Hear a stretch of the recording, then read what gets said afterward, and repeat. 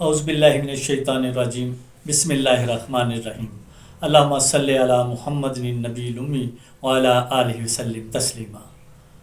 السلام علیکم، میں ہوں آفتاب اقبال اے ڈاٹ نیوز کے ساتھ۔ آج ایڈز کا عالمی دن ہے۔ ایڈز کا یہ عالمی دن ہر سال 1 دسمبر کو منایا جاتا ہے۔ 1988 سے یہی روایت ہے۔ تقریباً 34 سال گزر گئے لوگوں میں اس متعدی بیماری سے بچاؤ کے لیے دنیا کی مختلف تنظیموں کو آگاہی دیتے ہوئے۔ اس صدی کے شروع سے اس بیماری سے 3 کروڑ سے زائد لوگ وفات پا چکے ہیں۔ 2020 تک اس بیماری سے 3 کروڑ 60 لاکھ سے زائد یعنی 36.3 ملین لوگ وفات پا گئے، جبکہ اس وقت بھی دنیا میں ایڈز کے مریضوں کی تعداد تقریباً 4.5 کروڑ ہے۔ اس سے پتہ چلتا ہے کہ دنیا کی معلوم تاریخ میں یہ ایک بہت خطرناک بیماری کے طور پر سامنے ابھر کر آئی ہے۔ لیکن شکریہ ان طبی ماہرین کا جنہوں نے انتھک محنت سے کچھ ایسے طریقے متعارف کروائے جس سے اب اس بیماری سے ہلاک ہونے والوں کا تناسب 2014 میں 64.4% تک تھا، اب نیچے آ گیا ہے، اور تاریخ میں کسی بیماری کا بھی یہ سب سے بڑا تناسب ہے۔ اس بیماری سے تقریباً 1.9 ملین یعنی 19 لاکھ افراد 2014 میں ہلاک ہوئے تھے۔ اب یہ تعداد کم ہو کر 6 لاکھ کچھ ہزار تک پہنچ گئی ہے۔ ہلاکتوں کی تعداد تو میڈیکل سائنس کی بدولت کم ہو گئی، لیکن مریضوں کی تعداد بڑھ رہی ہے۔ پاکستان میں بھی اس حوالے سے صورتحال تشویشناک ہے۔ پاکستان میں اس وقت ایڈز یعنی HIV وائرس سے متاثرہ لوگوں کی تعداد 1,84,000 اور کچھ کے مطابق 2 لاکھ سے زائد ہے۔ ایڈز جیسا کہ ہم جانتے ہیں ایک متعدی مرض ہے، اور یہ انسان کے مدافعتی نظام کو بری طرح تباہ کر دیتا ہے، اور انسان کا جسم مختلف بیماریوں کے خلاف جنگ لڑنے کی صلاحیت جو انسان کو زندہ رکھتی ہے، وہ صلاحیت آہستہ آہستہ ختم ہو جاتی ہے اور انسان اپنی سانسیں کھو دیتا ہے۔ ایڈز کی بڑی وجہ انسان کے آپس میں غیر اخلاقی، غیر قانونی اور غیر فطری تعلقات ہیں۔ ایڈز کی سب سے بڑی وجہ وہ جنسی تعلقات ہیں جو وہ قانون قدرت سے ہٹ کر قائم کرتا ہے، اور جس کے بارے میں میرے آقا حضرت محمد صلی اللہ علیہ وآلہ وسلم نے 1450 سال پہلے بتا دیا تھا۔ جب یہ گناہ عام ہو جائے گا تو ایسی بیماریاں جنم لیں گی جس کا کوئی علاج نہیں ہوگا۔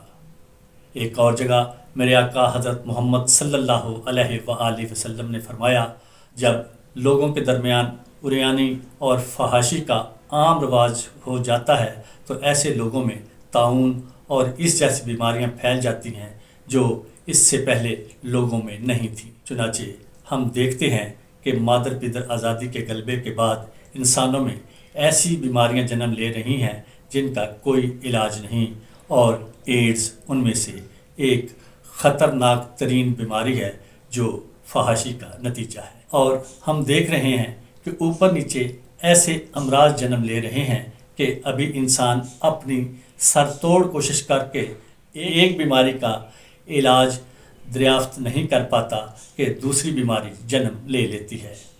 ایک حالیہ رپورٹ کے مطابق اس بیماری سے متاثرہ افراد کی سب سے بڑی تعداد امریکہ، یورپ اور دوسرے ترقی یافتہ ممالک میں ہے، جہاں جنسی تعلقات کے لیے محدود گھریلو تعلقات تقریباً ختم ہو کر رہ گئے ہیں، یا یہ بیماری ان ممالک میں بہت زیادہ ہے جہاں ترقی یافتہ ممالک کے لوگ سیر و تفریح اور عیاشی کے لیے جاتے ہیں۔ 1981 میں سب سے پہلے یہ مرض دریافت ہوا۔ اس مرض کا شکار امریکہ اور کیلیفورنیا کے ہم جنس پرست لوگ تھے۔ خاص طور پر مرد ہم جنس پرست اس بیماری کا بری طرح شکار ہوئے، جبکہ ہم جنس پرست عورتیں نسبتاً اس بیماری کا کم شکار ہیں۔ ایڈز کے مریض یا مریضہ کے ساتھ جو بھی جنسی تعلق بنائے گا وہ اس بیماری کا لازماً شکار ہوگا۔ ایڈز کے مریضوں کے ساتھ کھانے، ان کے برتن میں کھانے، ان سے ہاتھ ملانے، گلے ملنے، ایک برتن یا تولیہ استعمال کرنے یا ایک ہی بیت الخلاء استعمال کرنے سے یہ بیماری نہیں ہوتی۔ ایڈز کی بیماری کی وجوہات میں نے آپ کو بتائیں۔ اب سائنسدانوں کے سامنے مسئلہ یہ تھا کہ یہ ایڈز کا جرثومہ آیا کہاں سے۔ اس کے حوالے سے بہت تحقیق کی گئی، بہت سوچ و بچار کی گئی، ماہرین نے بہت کام کیا اور یہ معمہ بڑی مشکل سے حل ہوا۔ بہت تحقیق اور جستجو کے بعد اور بہت سے انسانی وسائل استعمال کرنے کے بعد پتہ چلا کہ بن مانس کی ایک خاص نسل سے انسانی قربت کی وجہ سے ایک انسان میں اس کا جرثومہ منتقل ہوا، کیونکہ ایڈز کا جرثومہ اس بن مانس کے اندر موجود ہے۔ پھر اس انسان سے یہ جرثومہ باقی انسانوں میں منتقل ہوتا گیا اور آہستہ آہستہ یہ پھیلتا چلا گیا۔ 1999 میں یہ حقیقت ہمارے سامنے کھل کر آئی کہ یہ واقعی یہ اس بن مانس سے تعلق کی وجہ سے جرثومہ انسانوں تک پہنچا ہے۔ ماہرین اور سائنسدانوں کے مطابق 1940 اور 50 کے دوران یہ مرض جانوروں سے انسانوں میں منتقل ہوا، اور اسی حوالے سے اللہ تعالیٰ نے سورہ انعام میں ان لوگوں کو جانوروں سے بدتر قرار دیا ہے جو اپنے نفس کی خواہش کے ساتھ جانوروں سے برے کام کرتے ہیں۔ اب ہمیں دیکھنا یہ ہے کہ اس مرض کی علامات کیا ہیں۔ پہلے 3 ہفتے میں یہ عام سی علامات ہوتی ہیں، یعنی گلے کی خراش، نزلہ زکام، جلد میں خارش، بخار، سر درد، تھکاوٹ، مسلسل بے آرامی اور بے چینی۔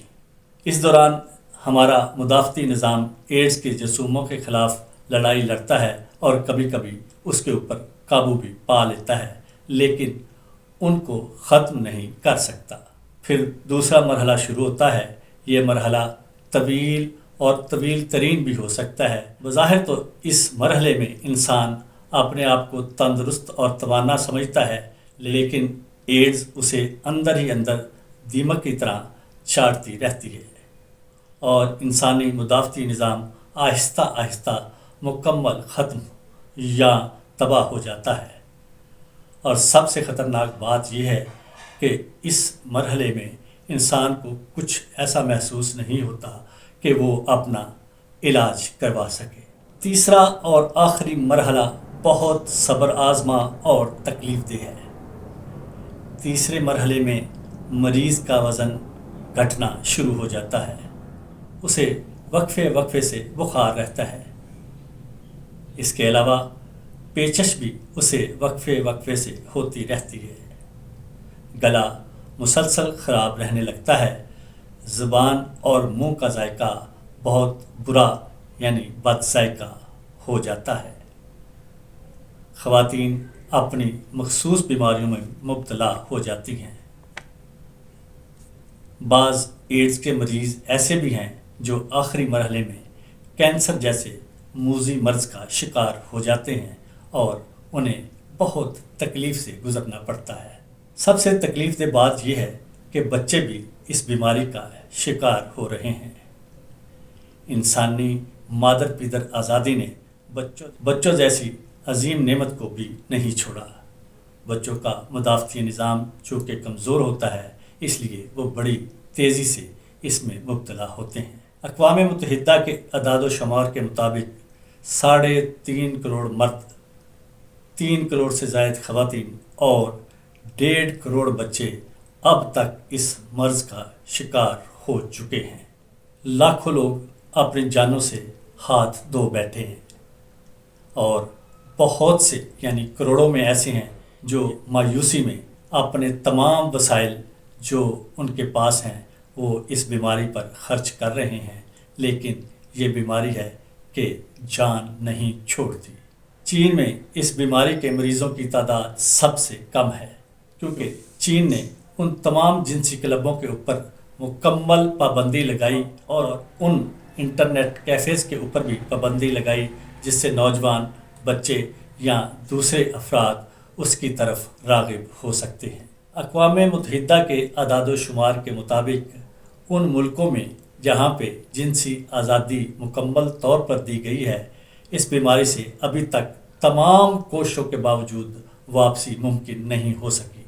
اقوام متحدہ کے ایڈز کے روک تھام کے اداروں نے خبردار کیا ہے، اگر اس جنسی بے روی پر لگام نہ ڈالی تو اس سے تمام دنیا کے انسان متاثر ہو سکتے ہیں۔ جنسی آزادی کے حامل بہت سے ممالک ایسے راستے بتا رہے ہیں جو اخلاق باختہ ہیں اور جن کے ذریعے وہ ان کے مطابق ایڈز سے بچ سکتے ہیں، لیکن وہ عیاشی کو پروموٹ کرنے کے لیے ہیں۔ اب تک بلینز اور ٹریلینز ڈالرز لگائے جا چکے ہیں، لیکن اس کے باوجود ایسی کوئی دوائی نہیں بنائی جا سکی جس سے اس بیماری کا علاج ممکن ہو۔ اس بیماری سے بچاؤ کا واحد طریقہ ایک ہی ہے کہ اپنے جنسی تعلقات کے لیے صرف اپنے ساتھی تک محدود رہیں، پیشہ ورانہ جنسی افراد سے دور رہیں، مطلب یہ کہ غیر اخلاقی جنسی کاموں سے دور رہیں۔ یہی ایک واحد طریقہ ہے کہ ہم ایڈز سے بچ سکتے ہیں اور دنیا کو ایڈز سے پاک کر سکتے ہیں۔ آئیے آج 1 دسمبر یہ عہد کریں کہ ہم ان طریقوں پہ جو اخلاقی طریقے ہیں ان پر عمل پیرا ہو کر اس بیماری سے دنیا کو اور اپنی آئندہ نسلوں کو چھٹکارا دلوائیں گے۔ اب تک اتنا ہی۔ اے ڈاٹ نیوز کے ساتھ آفتاب اقبال کو اجازت دیجیے۔ اللہ نگہبان۔